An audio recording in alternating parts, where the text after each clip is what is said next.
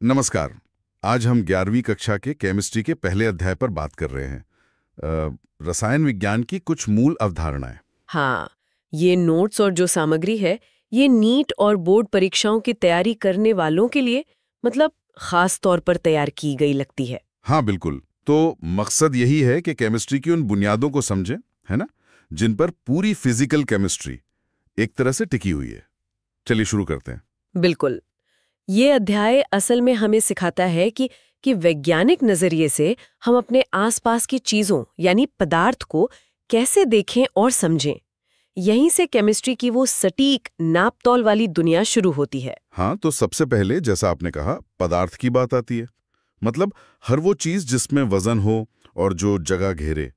सुनने में तो बड़ा सीधा लगता है, हाँ, लगता तो है। पर इसको फिर ठोस, द्रव, गैस में बांटना या फिर वो शुद्ध पदार्थ जैसे तत्व, यौगिक और मिश्रण में फर्क करना, ये सब केमिस्ट्री की भाषा सीखने का पहला स्टेप है ना। हाँ, और इन पदार्थों को सिर्फ पहचानना काफी नहीं है, हम्म। उनके गुणों को मापना भी उतना ही जरूरी है। बिल्कुल। और इसमें भी देखिए, भौतिक गुण जैसे रंग या गलनांक वो बिना पदार्थ की पहचान बदले माप सकते हैं। अच्छा। जबकि रासायनिक गुण जैसे किसी चीज का जलना या एसिड से क्रिया करना, हाँ उसमें तो पदार्थ बदल ही जाता है। हाँ, सही है। और यहीं पर वो एसआई इकाइयों का मानकीकरण वो बहुत काम आता है। किलोग्राम, मीटर, सेकंड, केल्विन और खासकर मोल, ताकि दुनिया भर के वैज्ञानिक क्या कहते हैं एक ही भाषा में बात कर सकें। हाँ, ये जरूरी है। और हाँ, एक और बात, मापन में वो सार्थक अंक, सिग्निफिकेंट फिगर्स, उनका ध्यान रखना तो बेहद जरूरी है, वरना सारी कैलकुलेशंस गड़बड़ा सकती हैं। ये बिल्कुल सटीकता का मामला है। सही कहा, सटीकता। अब इन मापों और पदार्थों की समझ के बाद बात आती है उन नियमों की जिन्होंने केमिस्ट्री को एक व्यवस्थित विज्ञान बनाया है। बिल्कुल।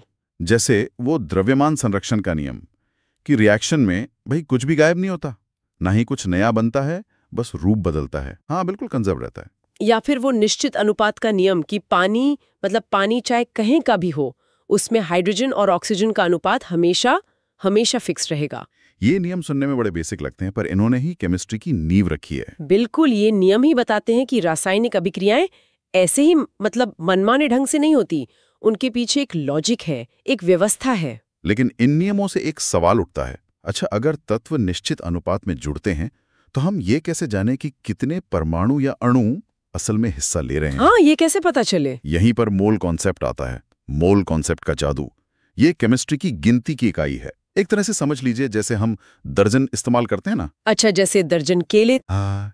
तो एक मोल यानी एवोगाद्रो संख्या जितने कण, वो है 6.022 इंटू 10⁻23 कण, चाहे वो परमाणु हो, अणु हो या आयन।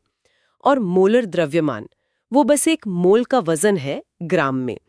इससे हम वजन को कणों की संख्या से जोड़ पाते हैं, और ये गणनाओं के लिए मतलब बहुत ही जरूरी है। हाँ, मोल कॉन्सेप्ट वाकई एक पुल जैसा है सूक्ष्म दुनिया और हमारे लैब के वजन के बीच। और इसी मोल का इस्तेमाल करके फिर हम स्टोइक्योमेट्री तक पहुंचते हैं।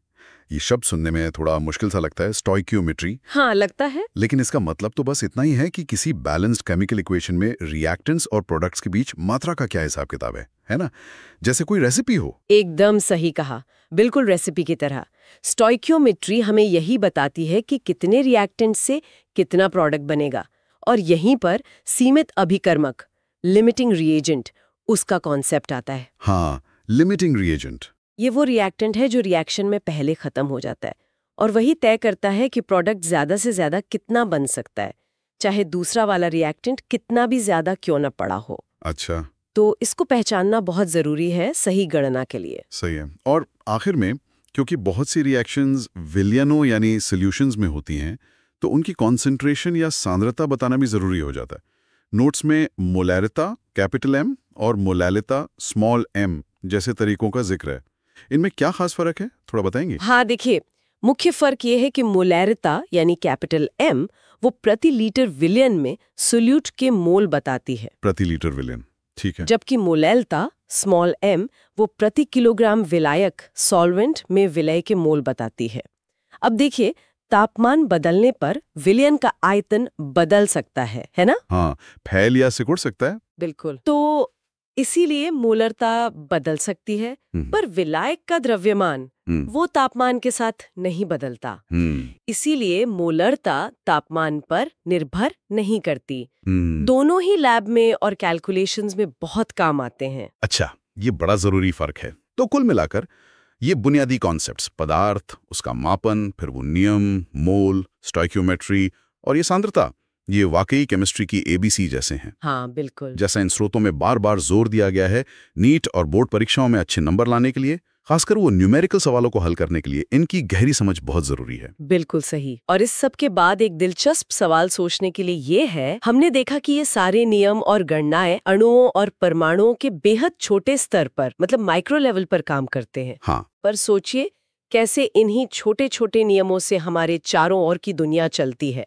दवाइयाँ बनती हैं, नई नई चीजें ईजाद होती हैं, यहाँ तक कि जीवन भी चलता है। कैसे ये सूक्ष्म नियम इतने बड़े पैमाने पर नतीजों को आकार देते हैं, ये कनेक्शन कैसे बनता है, इस पर विचार करना केमिस्ट्री की समझ को शायद और गहरा कर सकता है।